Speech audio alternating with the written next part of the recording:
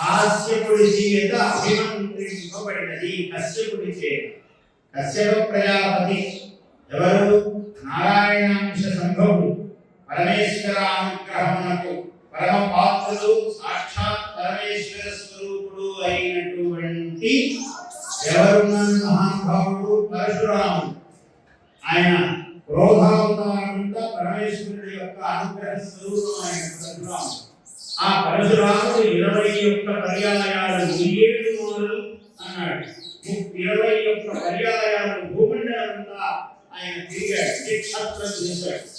క్షత్రియుడు అన్న వాడు లేకుండా గండ్రగొండలో మళ్ళీ స్యమంతక పంచకం అనేటువంటి 5 మడుగులలో ఆ రక్తము కడిగాడు.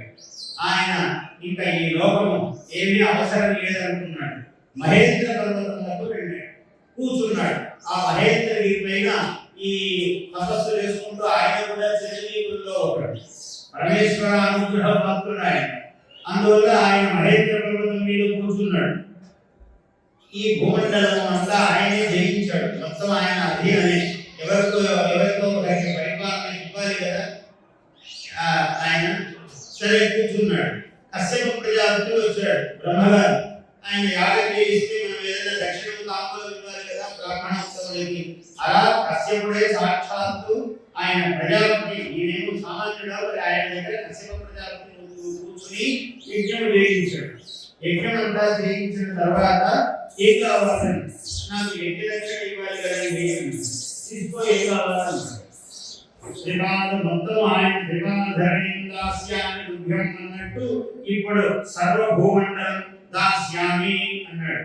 భూమండలం మొత్తం ఆయన దానం ఇచ్చాడు. ఇలా దానధార పోస్తూ ఆయన సామాన్యుడా పరశురాముడు మొత్తం భూమండలం అంతా నీకు చేస్తున్నాను అన్నాడు. సరే ఇచ్చేసాక తీసుకున్నాడు. ఆయన గురించి మధ్య కూడా చాలా ఆనందంగా చెప్పాడు. ఆ కాశ్యపస గోత్రం, ఆ కాశ్యపస గోత్రులు ఈయన కూడా ఎంత గొప్పవాడు, కశ్యపుడు ఎంత గొప్పవాడు అని చెప్పాడు. ఏమన్నాడంటే సృజించు బ్రహ్మకు చేతిడు. ఈ సృష్టి చేస్తున్నప్పుడు ఆయనకు ఈ చేతి ఇది అది అందిస్తూ పక్కన కూర్చున్నాడు కశ్యప ప్రజాపతి బ్రహ్మదేవుడు. కాబట్టి అఖిలాండమును సృష్టించు బ్రహ్మకు చేయుడు. పరశురాముని చేత పాదోధి మేఘలాధరము దానము పొందిన బ్రాహ్మణుడు పేరు కశ్యప ప్రజాపతి అన్నాడు. ఈ పరశురాముని చేత పాదోధి మేఘలాధరం, ఏదో ఇప్పుడు ఉండేటువంటి భూమి ఇంత భూమి కాదు, 5 ఏళ్ళు రాజులు కాదు వాళ్ళు. అటువంటి ఆ చక్రవర్తిత్వమే వేరు. అంటే పాదోధి మేఘల, సముద్రమంతా మనం నెట్లో వెనక్కు పోయినట్లయితే తెలుస్తుంది.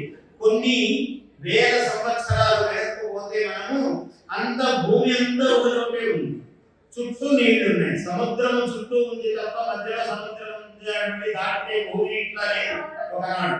అందువల్ల మేఘల అంటే వడ్డాణం. భూదేవతకు వడ్డాణం ఏమిటంటే సముద్రము అని అభివర్ణించారు.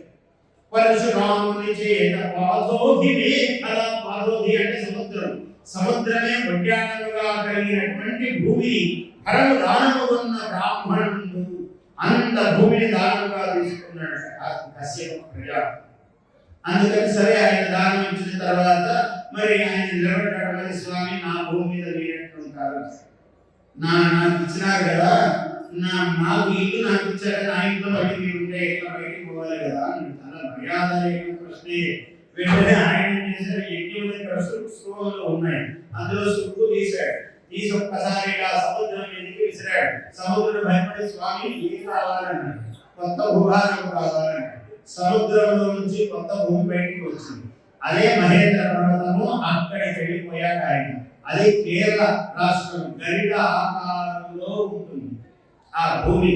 అందుకని అంతా అతివాదులు, అతిగా ప్రతిదాన్ని ఇంకో విధంగా మాట్లాడేవాళ్ళు పుట్టారు అక్కడ. అంటే పరమేశ్వర నిర్ణయమే అంతా అక్కడ. అలాంటి పరిస్థితి అనుకోండి పరశురామ క్షేత్రం అయింది. అలాగా కశ్యప ప్రజాపతి అలా ఇచ్చాడు. Please subscribe to our YouTube channel. Like and share this video.